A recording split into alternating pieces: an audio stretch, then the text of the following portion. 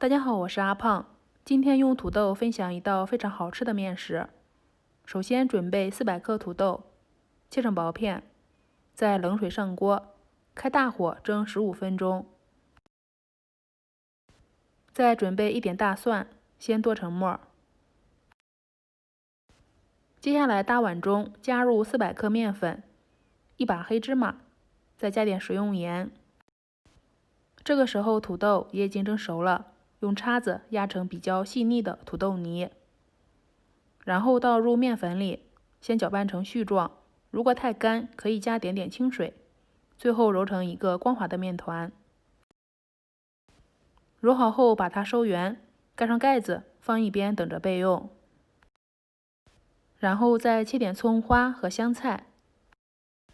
10分钟后取出面团，不用揉，直接切成厚片。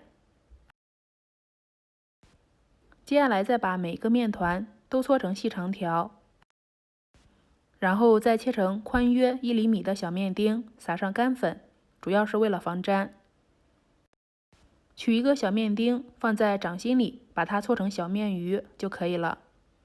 水开后下进来，先用筷子搅一下，煮至所有的小面鱼全部浮起来，夹起一个尝一尝，里面没有白心，说明就熟了。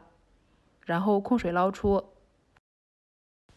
再过一下凉水，这样吃的时候它的口感就会比较劲道爽滑。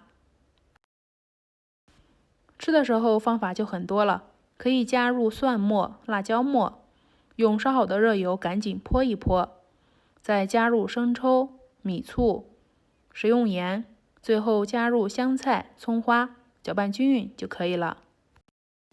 还可以用自己喜欢吃的卤子炒一炒，我这里用的是西红柿鸡蛋，味道也是非常的不错。小面鱼你都是怎么吃呢？欢迎你的评论留言哦。